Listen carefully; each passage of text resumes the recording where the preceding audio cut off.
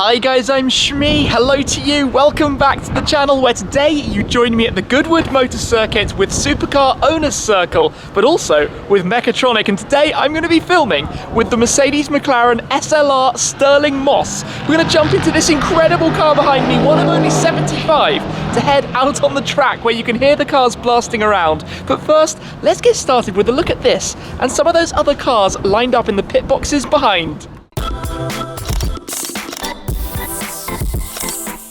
Now, the SLR Stirling Moss is a pretty special and very rare car, but also one that's kind of significant to the channel at the moment, having just done the Mille Miglia in a Mercedes 300 SL. You probably know that Sir Stirling Moss in 1955 drove the 300 SLR, on which the design for this car takes inspiration. They only made 75 of them. It cost about £660,000 new. There are only 4 in total that are white.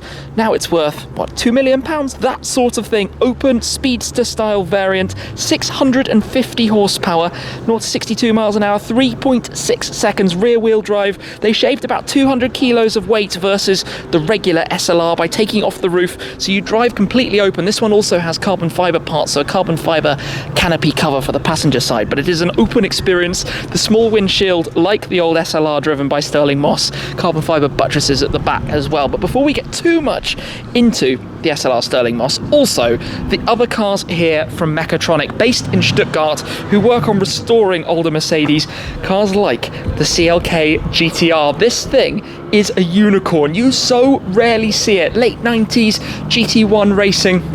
This thing is just breathtaking to behold. It looks a little bit akin to a regular Mercedes-Benz CLK, but kind of on steroids. Hugely long, that scoop on the roof, the aggression of the front nose, the way it slants down, the wing at the back.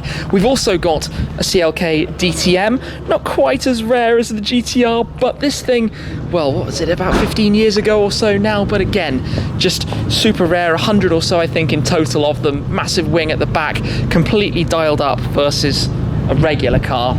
And also here we have the 722. So 722, by the way, so Stirling Moss's start time in the Mille Miglia was 7:22 a.m. That's why that number is so significant for Mercedes.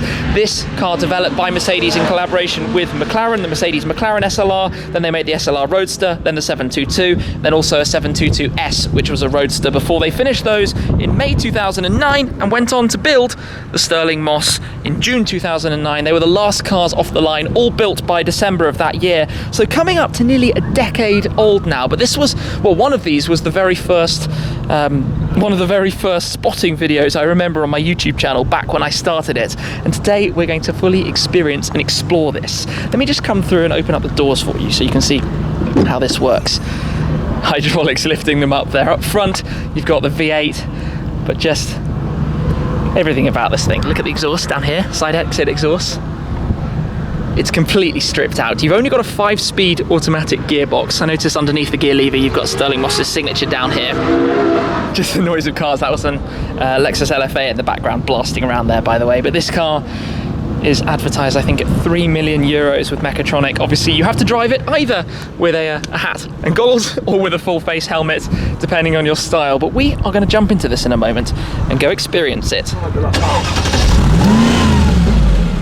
Grumble. So it's time to step in here. We will of course have to wear helmets for this little drive out. Feels good to be sat inside this car. You've got a carbon fiber monocoque, early days of that, but basically nothing in front of me to protect from stones or the like. So click in the belt and we'll head on out. It feels so exposed in here, and I'm joined by the Stig hiding behind his helmet. We're heading on out past this little lineup of cars. If you can hear me, we have the McLaren P1, GT3, LFA Nürburgring Edition. We have up in front of us the 911 GT1, the Zenvo TSRS. This is hypercar territory right now. What a line of cars. Anyway, let's get ready. It's going to be time to go out onto the circuit. Oh yeah, by the way, the Apollo IE is lurking in there. And also, goodness me. Look at this. The Zenvo TSRS 911 GT1 Apollo, and we're in the Stirling Moss. You ready? Yeah, let's go.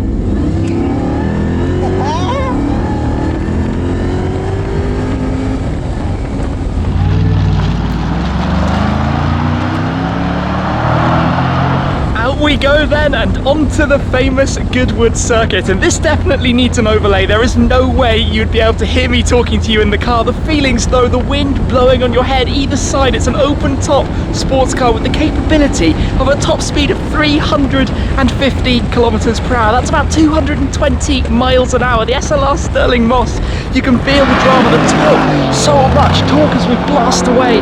Let's just enjoy the sounds of this car being driven. It's not a full race, it's not a full blast, a bit of a parade, but in such a special car on this legendary circuit. Let's enjoy the sound.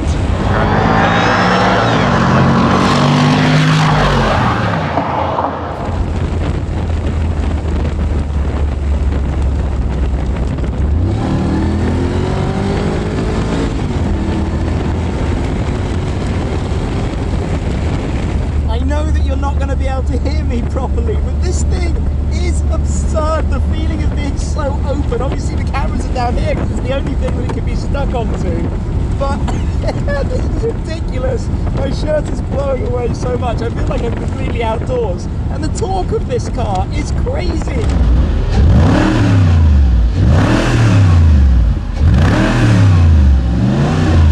Epic. How beastly is this? That experience, thank you, Stig. You're welcome. That was so cool. I'm sorry you probably couldn't hear any of it. AMG GT4 car as well. I drove one of these before. What a fantastic machine that is. Based on the AMG GTR. Bigger wing, more aero, restricted power for GT4 series racing. There are also some 720Ss here. The purple carbon Apollo IE just looks absolutely nuts. Then you've got that lineup. Just look at this lineup. TSRS, 911 GT1, LFA Nürburgring edition. The GT2 RS just tucking in at the end of the pit lane there. We are surrounded quite literally by heaven here at the Goodwood Motor Circuit with the Supercar Owners Circle doing it in style.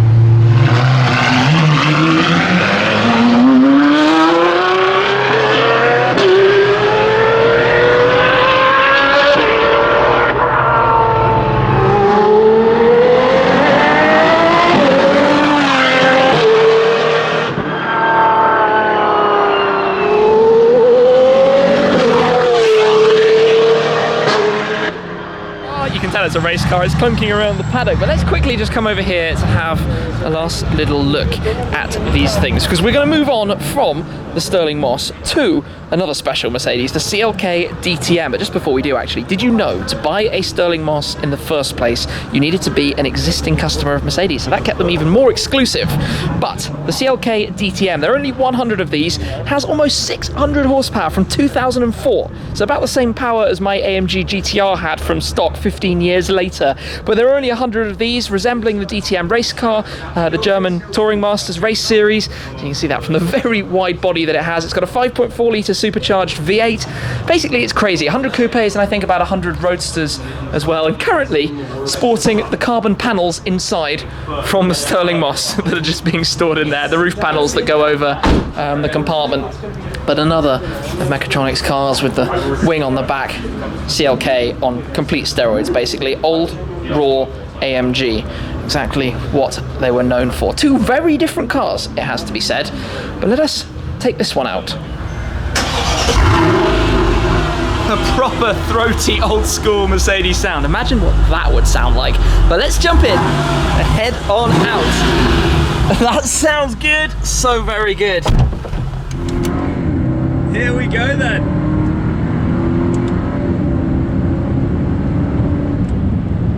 The noise of the supercharger is immensely cool. This is a particular era of cars. The 15 years ago or so, German muscle. Tremendously quick. The top speed is limited at 200 miles an hour. That's where they've set an actual limiter on the car. So it could go even faster in a CLK, which is like the C-Class of the day. It feels like a DTM, like a race car. I mean, we're in the harnesses, the bucket seats.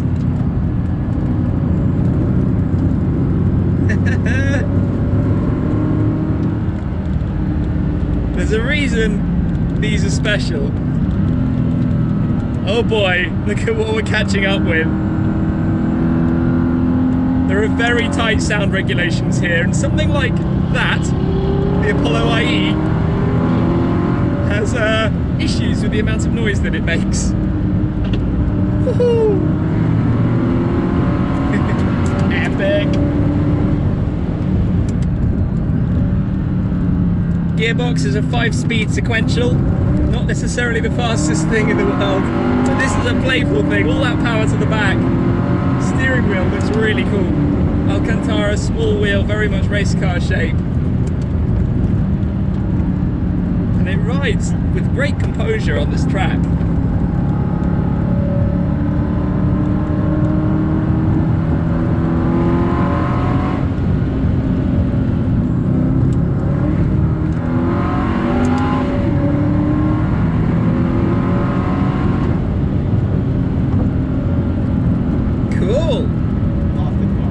This is the kind of car that I like an awful lot. It's clearly so purposeful and built to go about what it does properly. They've taken the vanilla model, stripped it out, the doors are full carbon fibre, there's no buttons in here, you can park, reverse and drive. And from the outside it's like a wolf in a sheep's clothing. Yeah, wolf in a sheep's clothing is very accurate for this car.